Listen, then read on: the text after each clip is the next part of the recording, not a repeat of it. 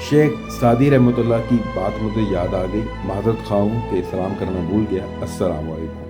कि एक दफ़ा शेख सादी रहमतुल्लाह एक बस्ती से गुज़र रहे थे कि एक शख्स ने सवाल पूछा कि मुझे आप कोई तजवीज़ करें कि मैं कौन सा कारोबार करूँ।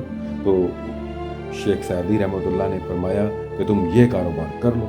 उस शख्स को बड़ा फ़ायदा हुआ और वो मालदार बन गया। दूसरे साल भी शेख सादी रहमतुल्लाह का वहाँ से गुज़र हुआ तो वो शख्स फिर से सवाल करता है कि इस साल मैं कौन सा कारोबार करूं कि मैं फिर से मालदार हो जाऊं और मालदार हो जाऊं। तो शेख सादी रहमतुल्लाह ने फरमाया कि तुम ये कारोबार करो, और वो चले गए। वो शख्स शेख सादी रहमतुल्लाह की तलाश में निकला और उन्हें ढूंढ कर पूछता है कि पिछले साल तो आपने ये कहा था, इस साल मैंने ये कारोबार किया आपके कहने पर और मुझे उल्टा नुकसान हो गया।